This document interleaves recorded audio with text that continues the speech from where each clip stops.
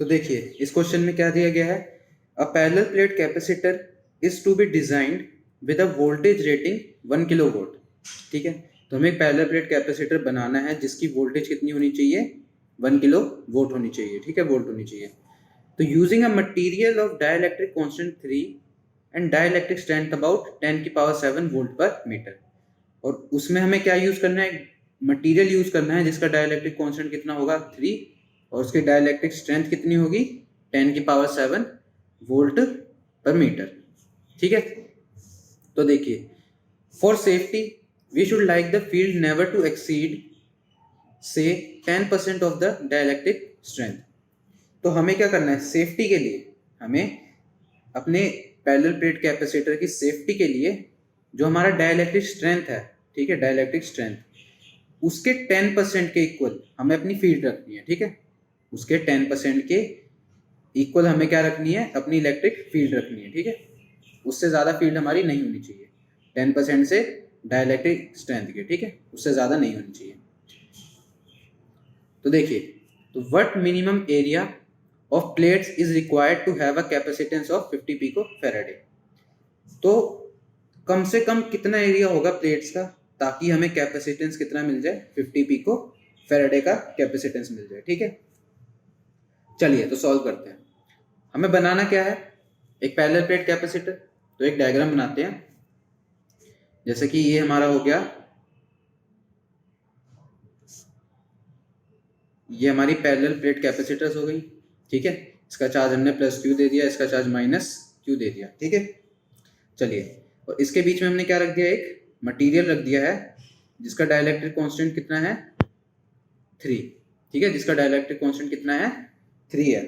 चलिए, और इनके बीच का, ठीक है, पैरेलल प्लेट कैपेसिटर के बीच का डिस्टेंस हमने क्या ले लिया, डी।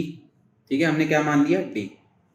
हमें बताना क्या है कि इनका एरिया कितना होगा। ठीक है, इनका एरिया कितना होगा। तो चलिए, सबसे पहले में क्वेश्चन में क्या क्या गिवन है, हम सबसे पहले वो लिखेंगे। ठीक है, चलिए, तो देखिए गिवन हमें क्या है, वोल्टेज। ठीक है, कितनी दी हुई है 1 किलो वोल्ट। ठीक है, 1 किलो वोल्ट, इसका क्या मतलब है 1000 वोल्ट हमें वोल्टेज दी गई है। ठीक है, और देखिए डाइलेक्ट्रिक कांस्टेंट कितना है, हमारे पास है डाई इलेक्ट्रिक कांस्टेंट। ठीक है, डाइलेक्ट्रिक कांस्टेंट की वैल्यू कितनी है, K इक्वल टू 3।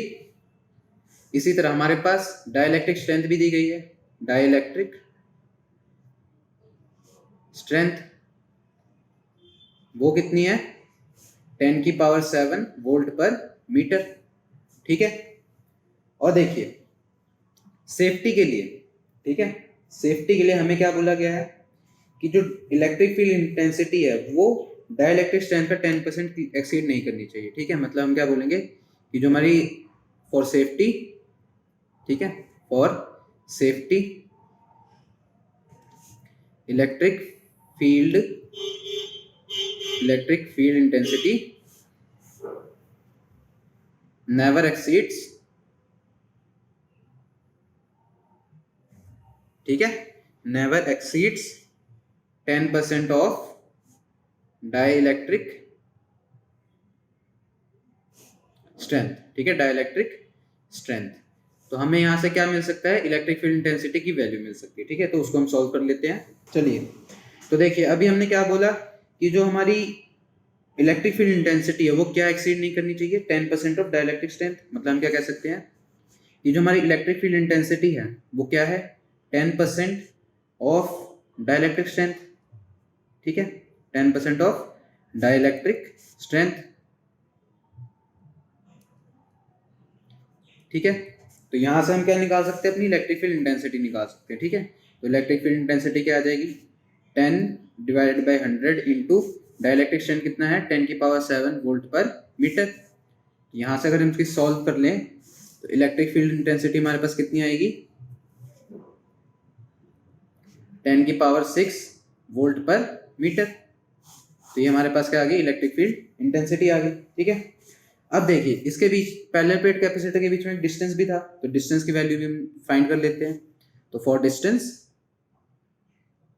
ठीक है, फॉर डिस्टेंस डी, ठीक है, एक रिलेशन है हमारे पास, ठीक है, एक रिलेशन होता है E equal to V by d का, मतलब इलेक्ट्रिक फील्ड इंटेंसिटी क्या होती है, पोटेंशियल डिवाइडेड बाय डिस्टेंस के। तो यहां से हम डिस्टेंस निकाल सकते हैं। तो देखिए इलेक्ट्रिक फील्ड इंटेंसिटी, यहां से हम डी की वैल्यू क्या बना सकते हैं, V बाई ई, ठीक है, V बाई ई बना दी हमने। तो देखिए V की वैल्यू क्या थी, 1000 वोल्ट, इलेक्ट्रिक फील्ड इंटेंसिटी 10 की पावर 6 वोल्ट पर मीटर। तो देखिए यहाँ से D हमारा कितना आ जाएगा, 10 की पावर -3 मीटर का डिस्टेंस हमारे पास आ जाएगा, ठीक है। तो देखिए डिस्टेंस भी हमारे पास, इलेक्ट्रिक फील्ड इंटेंसिटी भी हमें मिल गई, ठीक है।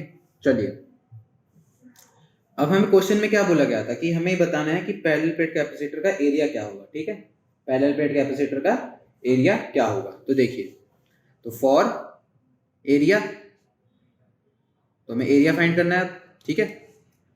तो देखिए कैपेसिटेंस होता है, ठीक है, एक कैपेसिटेंस होता है फॉर्मूला, ठीक है, कैपेसिटेंस का formula K into A epsilon not by D.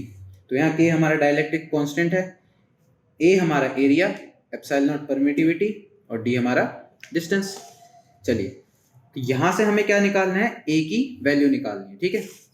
तो हम सबकी वैल्यूज को पुट कर देते हैं। यहाँ से हम एक रिलेशन निकाल सकते हैं कि A हमारा क्या हो सकता है, ठीक है, A की वैल्यू क्या बन सकती है हमारी, C इंटू डी, मतलब capacitance into D divided by K epsilon not, ठीक है, ये दोनों डिवाइड हो जाएंगे, ये मल्टीप्लाई हो जाएगा। तो A की वैल्यू हमारे पास ये आ गई, ठीक है। चलिए तो A की वैल्यू सॉल्व कर लेते हैं। तो हमारा A is equal to, C की वैल्यू हमारे पास कितनी थी, 50 पिको फैराडे, ठीक है, 50 पिको फैराडे।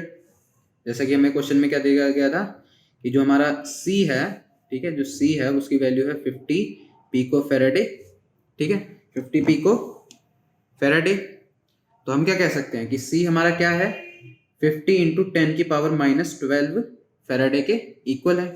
तो देखिए C की वैल्यू हम क्या डालेंगे, 50 इंटू 10 की पावर -12, D हमारे पास है 10 की पावर -3, K हमारे पास दिया गया है 3 और एप्सिलॉन नॉट की वैल्यू 8.854 इंटू 10 की पावर -12, ठीक है।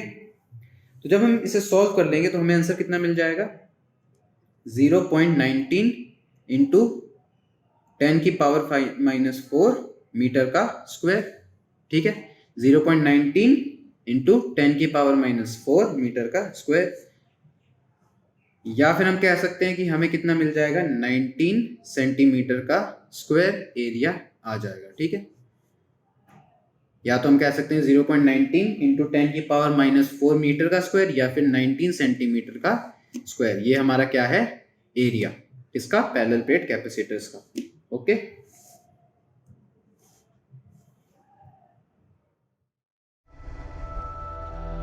इससे आसान सॉल्यूशन और कहीं नहीं।